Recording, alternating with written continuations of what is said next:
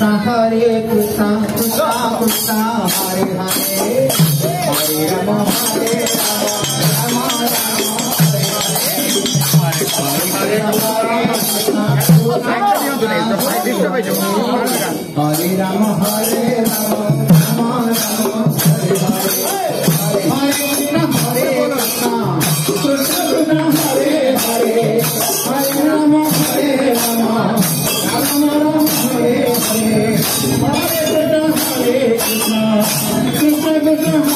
Hare Hare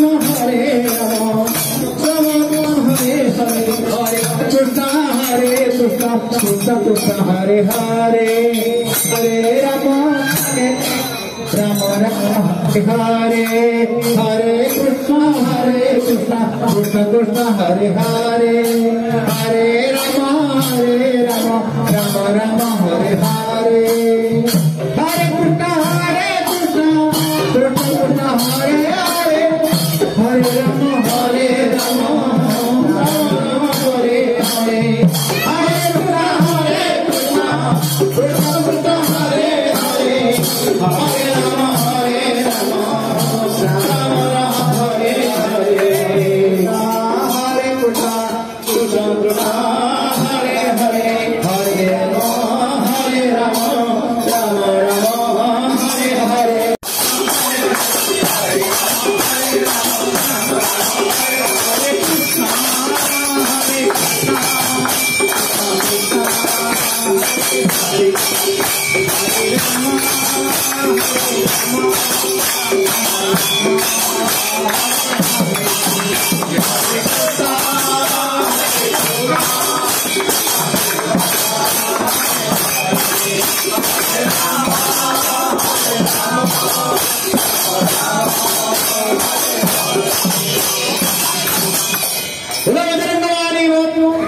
Shri वीर हनुमान की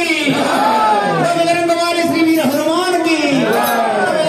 श्री वीर हनुमान की जय श्री राम जय श्री राम जय श्री राम।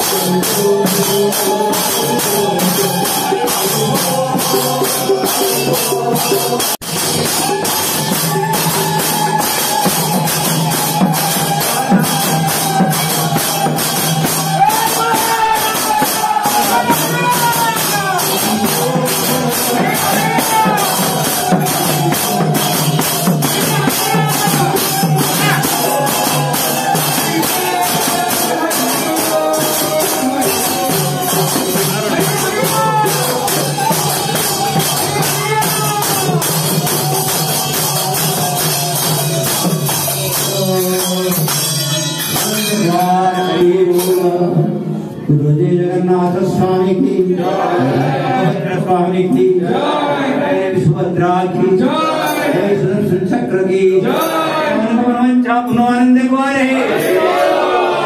भगवान पुनः आनंद द्वारे भगवान पुनः आनंद द्वारे अमृत लीला हमको सबोले लगी तो आनंद द्वारे स्वामी नारायण पदगामी नारायण पदगामी नारायण पदगामी जय जगन्नाथ जय बलभद्र जय सुभद्रा जय सुरेश्वर दया कर दीनबंधु सुधे जाऊ सबु दिन दया कर दीनबंधु